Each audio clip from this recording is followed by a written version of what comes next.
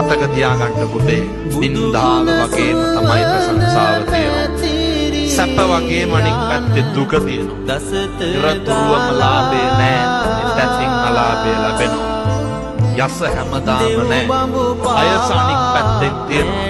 ජීවිතේ කුරුකුරුදු වෙන්න මේ අටලෝ දහමින් අකම්පිතව ජීවත් වෙන්න තමන්ගේ හොඳ පෞරුෂයකින් කටයුතු කරන්න.